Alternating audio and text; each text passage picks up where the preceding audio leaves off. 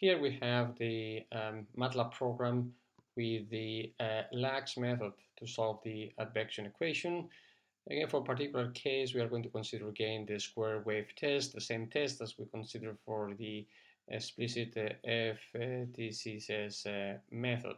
So the structure of the program is actually pretty much the same as the previous one, so I'm going to go much faster in the description. For here we'll define the parameters of the advection equation and the range of space and time. The maximum L is going to be 1, the maximum time is going to be 1, the C is going to be the advection velocity here is going to be 1.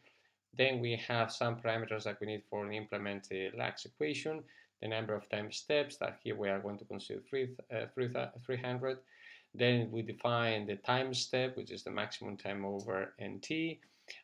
Then we have the number of space steps that here we are going to consider the same as the number of time steps. Therefore, define the space step Lmax over the number of space steps. Then we have the beta trap parameter that appears in the implementation of the finite difference method.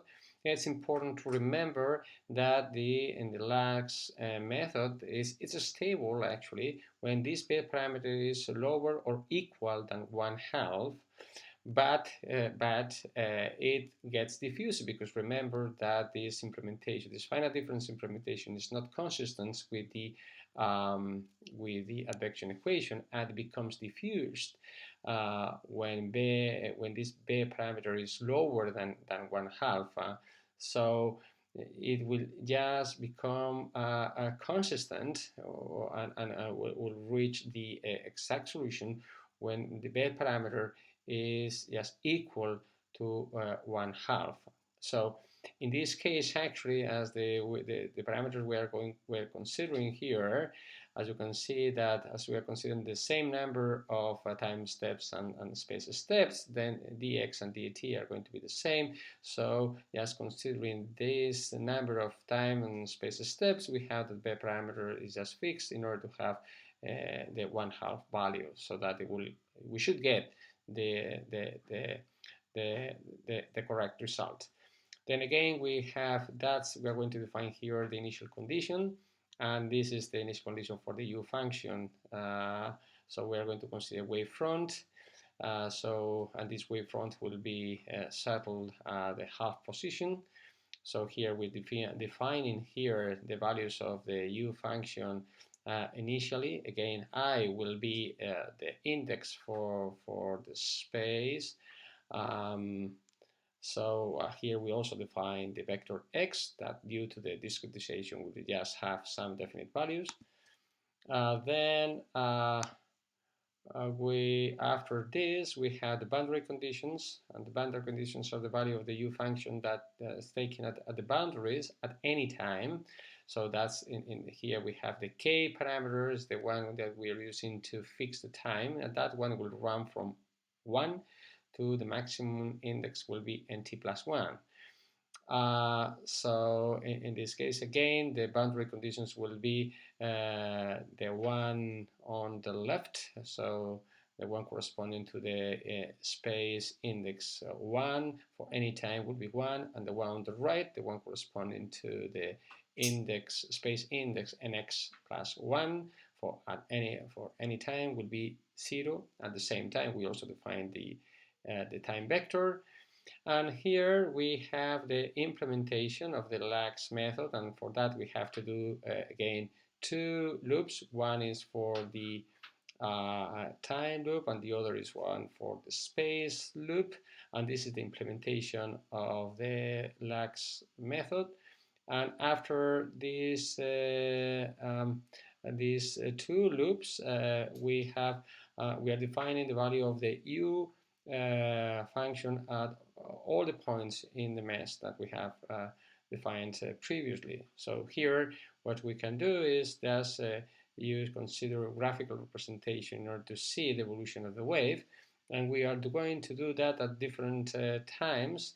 So these are the times that we have considered for different plots. So we are plotting different times but in the same graph as what we did for the explicit finite time-centered space method. We'll plot the wave at the initial time, and we'll plot the wave at this other time corresponding to this index, and to this other one, and to the final one. And we'll use different type of lines and different color for the lines here. And this is the title of the graph, and this is the x, and we are labeling also the x and y axis. So once we have presented here the method, just remember that we have chosen here the number of time space stays the same, so the b parameter you have for this case is 1/2. So we expect to have the right result for this advection equation. So let's check that. It's time to run the program. Okay, and this is the result we have. So the blue one corresponds to the initial wave. As you can see, it's okay at 1/2. It's a front wave. And as you can see, the green one will correspond at the next time that we have chosen to plot it. Then the dash one corresponds to the next time. And you can see here, this color, the red one corresponds to the figure that we have at, or the wavefront we have at the end, which is close to the left border. So this is actually the result that we expect. You can see here the wavefront does not change the shape. We always have the wavefront here. The only thing is that displays, in this case, to the left, because the c constant we do have, it's positive. So this is what we have. Actually, we knew that I should have the exact results because the b parameter that we have in this case corresponds to 1/2. But let's see what do we have when we change it. So let's consider, for example, another b parameter. In this case, we are going to take a lower parameter than 1/2. So as b is defined this way, we are going to take a smaller dt. And in order to take a smaller dt, basically means that we have to make the number of time steps bigger. So let's consider what happens if we are taking nt to be 400, for example. So in this case, the b parameter is going to be smaller than 1/2. So what do we expect? It should get like diffused. So what does it mean? Let's see what's going to be the result in this case. So let's run the program. And this is what we have. Okay, you can see that it's true that's going to the left, but as you can see, the wavefront, it gets diffused a little bit, it smoothens.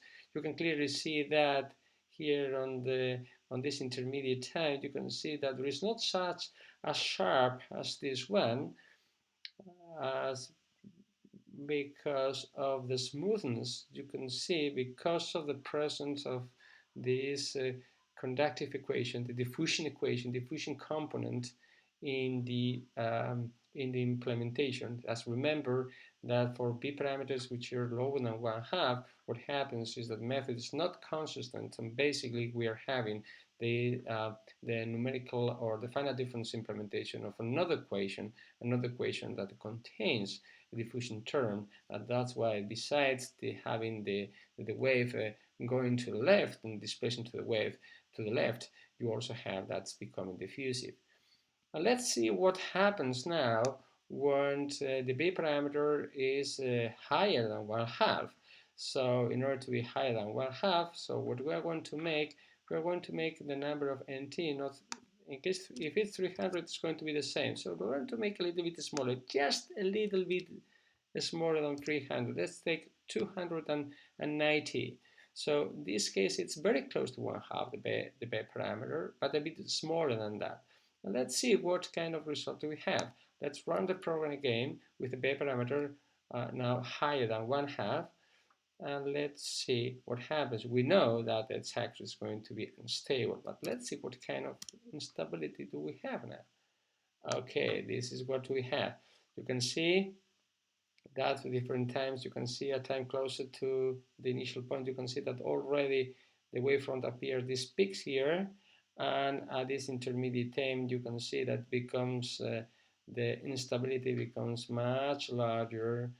And as you can see, it has nothing to do with the with the exact results. And actually, the instability will become bigger and bigger as you are getting farther from the b parameter from the b parameter, or the 1/2 value of the b parameters.